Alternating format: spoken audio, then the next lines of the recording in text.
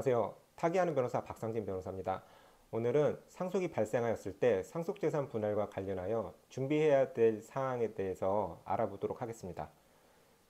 결론부터 말씀드리면 상속재산 분할을 위해서는 유언이 있었는지 여부, 상속인이 누구인지 여부, 상속재산에는 무엇이 있는지 여부를 파악해야 합니다.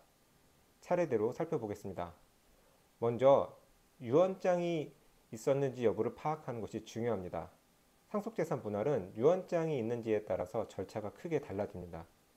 유언장이 있으면 유언장의 내용대로 상속재산 분할을 진행해야 하지만 유언장이 없는 경우에는 상속인들이 협의로 정하거나 법원에서 조정이나 심판으로 정해야 하기 때문입니다.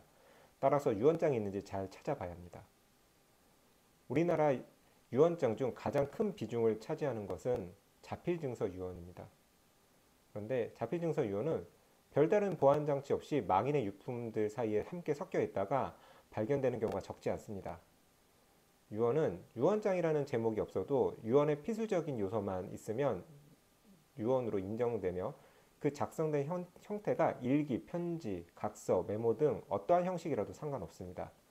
따라서 망인의 유품 중에 일기, 편지, 메모와 같이 종이에 무언가 기재되어 있는 것이 있다면 유언장에 해당하는 것은 아닌지 유심히 살펴볼 필요가 있습니다.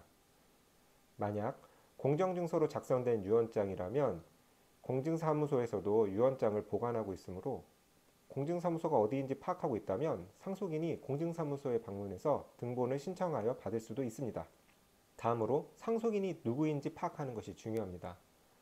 상속재산을 분할하기 위해서는 상속인 전원의 합의가 필요하므로 합의에 앞서 상속인이 누구인지 확정하는 것이 필수이기 때문입니다.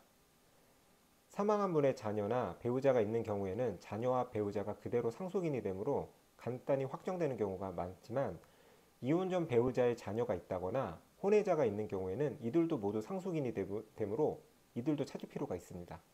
그 외에 상속 순위에 따라서 직계존속, 형제, 자매, 사촌 이내 반기 혈족들까지 찾아야 하는 경우도 있습니다.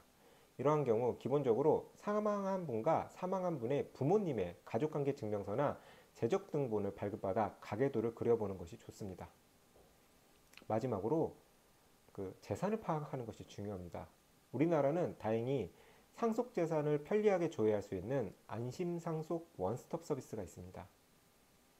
안심상속 원스톱 서비스는 상속인이 피상속인의 금융거래 내역, 토지, 자동차, 세금, 연금 가입 유무 등 피상속인의 재산 내역을 한 번에 통합 조회하는 서비스입니다.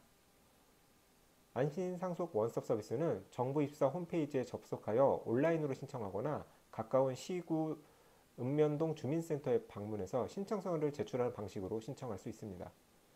안심상속 원스톱 서비스는 피상속인의 사망일이 속한 달의 말일부터 1년 이내에만 신청이 가능하므로 이 기간을 절대 놓쳐서는 안 됩니다.